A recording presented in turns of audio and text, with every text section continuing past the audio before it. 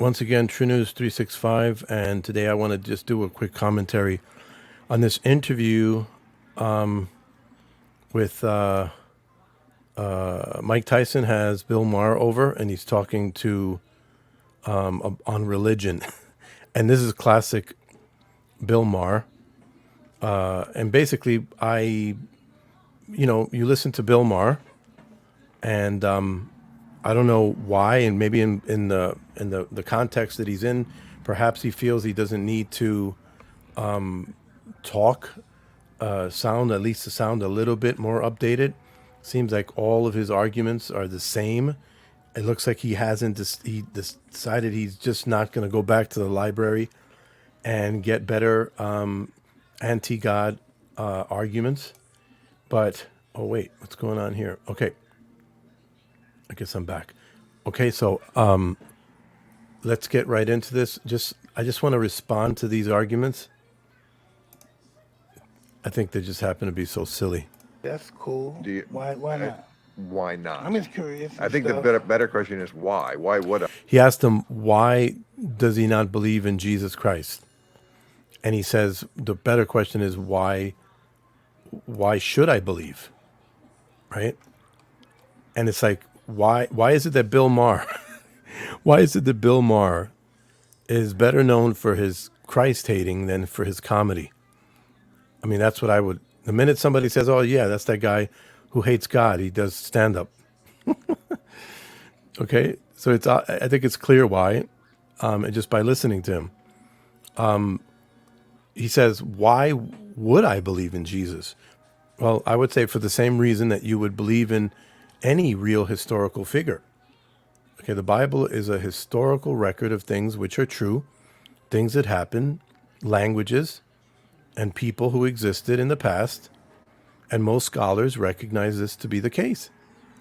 Perhaps not for Bill Maher, but it's just the truth, right? Because I'm not 10, okay? Because, I mean, it's obviously an ancient myth. And, See, because he's Bill Maher, he gets a pass at saying that he believes in God because he's not 10 years old. He doesn't believe in God because he's not 10 years old. So he doesn't care if he's, insulting millions upon millions of adults and intelligent researchers and scientists and all type of people. He just Bill Maher, and he could say silly things like that. even the Jesus story, his biography, is completely unoriginal. All the gods that came before him had like the same birthday. And the same story, though, as well. Same story, the same. Okay, wrong. He knows it's not an ancient myth, unless he's been living under a rock, and is that much of a fact denier. Okay, all the gods that came before him had the same birthday, he says. Okay, that's false. There's one other myth story, I think, where somebody was born on December the 25, but that's never been an argument for the validity of Christ's existence, because that's what we're talking about, right? That's what they're talking about, because Christianity never claims he was born on December the 25th. It's not found in the Bible, and when he was born, it's not. It's just to continue to argue that, but it's not an issue of the validity of his existence. It never is. A simple study on the differences and the similarities of the pagan myths and the life of Christ will demonstrate that there are no real similarities and just major differences between those myths. It's obvious.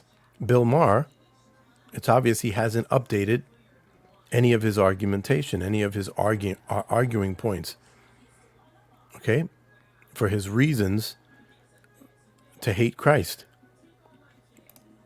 Yes, disciples, like 12 people. Many of them were The crucified Samaritans on had some the same Jesus effect. Yeah, they took Yeah. the stories that were going around the Mediterranean at the time, and they grafted it onto the life of Jesus. I mean, the reason why his birthday is December 25th is because that was the shortest day of the year. You were telling me something. Yes, right. Because that was the day that the sun started to, when days started to get longer again, so that the people in the pagan times celebrated that day because it meant that we're going to live again, because the days kept getting shorter and shorter and shorter in the winter. And they're why is like, Jesus fuck, so embedded in our brain? we're going to die. The days are going to get shorter until there's This is nothing. what I want to know. Why is Jesus so embedded in so many people's brain? Even people that are Buddhists and all that. What Well, do you I'll think? tell you. I mean, there's some very interesting uh, scholarship done on this. There were lots of religions at the time. Of course, there are many that preceded Christianity. The reason why that one caught on is because partly is because they grafted these familiar elements onto it, like his birthday and stuff like that, and he's coming back to life. That was an old story. But part of it that was revolutionary was his message that when it really gets good for you is in the afterlife. Now, we're talking about a Roman Empire that was at least half slave, you know. Could it be that perhaps the juxtapose between the evils in the world that was in the Roman world system, that contrast with the teachings of Christ of love and justice and unity and all of those things, perhaps maybe that was the reason why it caught on, and the issues of truth and the claims of Christ that he was the truth. I think those are more reasons to believe in the spread of Christianity than the similarities that they would take on towards pagan beliefs and customs and rituals that were dying while Christianity is increasing. Those pagan myths, and you can see in the context of Christianity itself, in the book of Acts, you see how people were leaving their idols. They were throwing them in the trash. They're all of that stuff. They were destroying them. And if you look at the context of why people left, it was because of the claims of Christ. It's not I mean, more. people think slavery was an American invention. It was not. No. Everybody in the Bible had them. The word slave comes from Slav, and there's nobody whiter in the world than Slavs. That slavery has been around since the beginning of time, and mostly it wasn't even a racial thing, simply because people weren't living in an area where there were people of other races. It's just human nature, brutal human nature, to make other people your slave if you possibly can. Now, we have come a long way since that time, but in the Bible, nobody even thought to condemn it. There's lots of rules about slavery in the Bible. None of them are don't do it. Okay, this is where you see the dishonesty. He gave a good discourse about the slavery and why it was slavery. It wasn't about races back in those days, but he falls short by saying that the Levitical law didn't have. He said they had rules, but the reason why there weren't rules to say, well, we're not going to do it, is because it was embedded in the economy of the time. People would die. There would be wars, and people, women and children would literally die if they didn't have a way of being able to survive. And so slavery was embedded in the survival of humanity at those times. The context of slavery in the Levitical law is are obviously not Maher's strongest points of knowledge. It's obvious when you read the Old Testament scriptures. In the law, there are clear delineations against kidnapping people to make them your slave for the children of Israel, and there are rules for those who will become indentured servants. There are rights and privileges for slaves, and none of it looks even remotely like 19th century slave trades in the Americas. Slavery forever was integrated into the economic conditions of the time. It was how things were in humanity. But the law in Israel under God set a standard for the unfortunate economic condition in humanity for that time. Okay? They never even thought to say that. Like, don't do it. God's perfectly okay with it. His boy Jesus is perfectly okay with it. Love thy neighbor goes directly against slavery and Christ, who created the list, who's the same God in the Old Testament as in the New Testament, states that love is the fulfillment of the law. Okay, so you can't love your neighbor if you're stealing them, right? If you're abusing them, whatever. So Bill Maher also needs a lesson in theology. They have rules like if a man kills your slave, you may kill his slave. Oh, okay. That sounds like a good little. But nobody ever said, maybe we shouldn't do this. Maybe we should put that in Well, I the don't. Well, I maybe we don't should know. put that in the I Ten don't. I never Commandments. read the Bible, so I don't know. Well, I have. You didn't dig it what you was reading. Well, as a historical document, it's interesting and it's certainly fundamental to understanding our civilization. So I took it as scholarship when I was in college. So he's talking all this scholarship, and he's talking about the honesty of the scholarship of the Bible, but the existence of Christ. All the major scholars recognize that he was an actual person, right? And that's one area of scholarship that I guess he refuses to believe in. But do I believe it? Of course not. It was written by people in the Bronze Age who didn't know what a germ or an atom was. It's a bunch of nonsense, and it's wicked. Also, it's full of ethnic cleansing, slavery. Again, just the fact that slavery is not condemned. They have a list of 10 things you absolutely should not do, but slavery and rape are not on the list. This is How ridiculous is Love thy neighbor. Love thy neighbor. talking about? the Bible? Bible. Yes, the Bible. It's actually quite ironic because the Bible, I think, is like the most sold book. But isn't there so many? I don't know. I don't see nothing. Most about the most like Bible. bought book anywhere. Well, yes, it's the Bible. I mean, most people, less and less as time goes on, thanks partly to me, are less and less religious.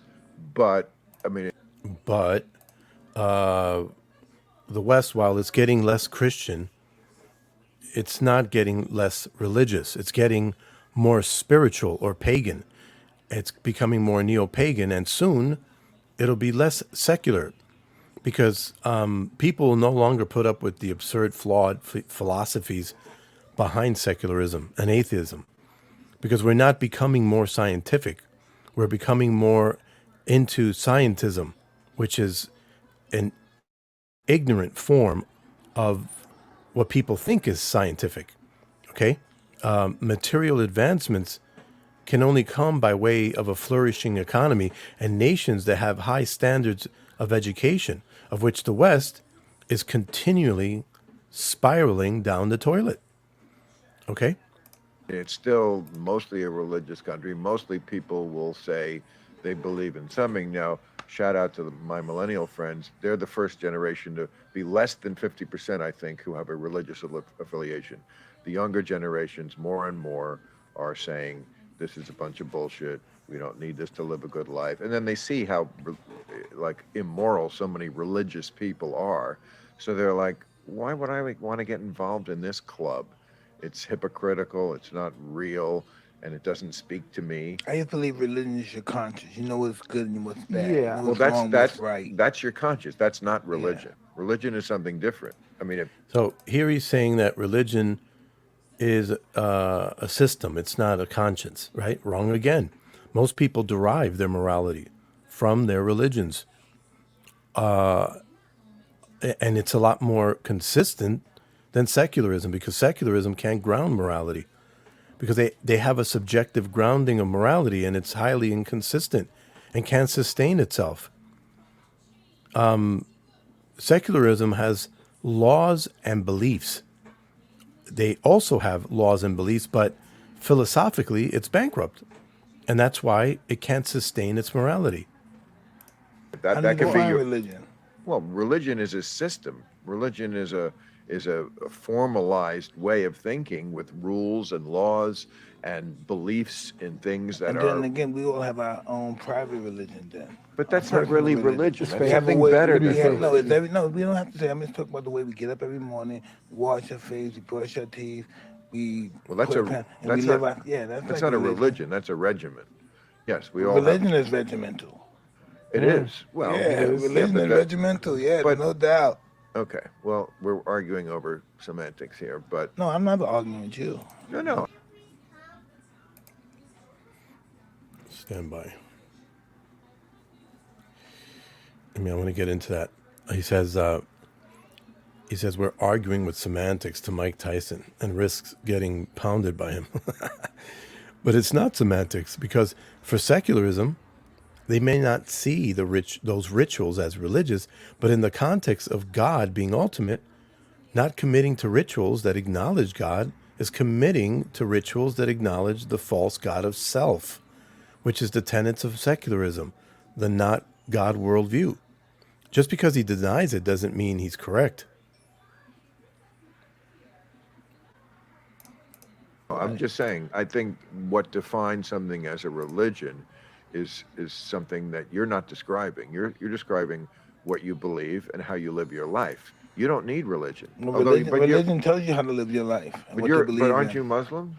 Yes. Okay, well, that is a religion. Yeah, it's very difficult religion too.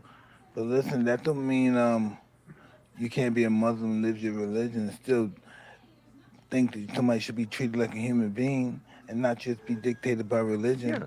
I would just say you're lucky that you're a Muslim in America. Definitely your daughters and your wife, you Self. couldn't live, and definitely your daughters and your wife couldn't live the way they do. Glad That's we why agree on that. that's why it was meant for them to live here. Yes. Yes, right. My kids, I believe that kids, our brain evolved. My kids are a lot smarter than me. I was a special ed kid. My kids are Ivy Leagues and stuff. So I think people evolve. They don't have to have a sport where they have to get hurt or something to feed their family. Well, humans definitely evolve as individuals. Hopefully, we evolve as we get older. I mean, we get smarter, we have more experiences, we become more mature. Definitely, men are very immature when we're young. You know, I mean, women. We'll never stop being boys. It's funny how it seems like Bill Maher doesn't want to agree with Tyson when he says that people's brains evolve. And I thought he was an evolutionist. I guess I was wrong about that. The question is, if you're a materialist, I could be wrong, but shouldn't you also be under the belief that our brains evolve in an evolutionary context in a way with time? Didn't seem like he believes this here talking to Tyson.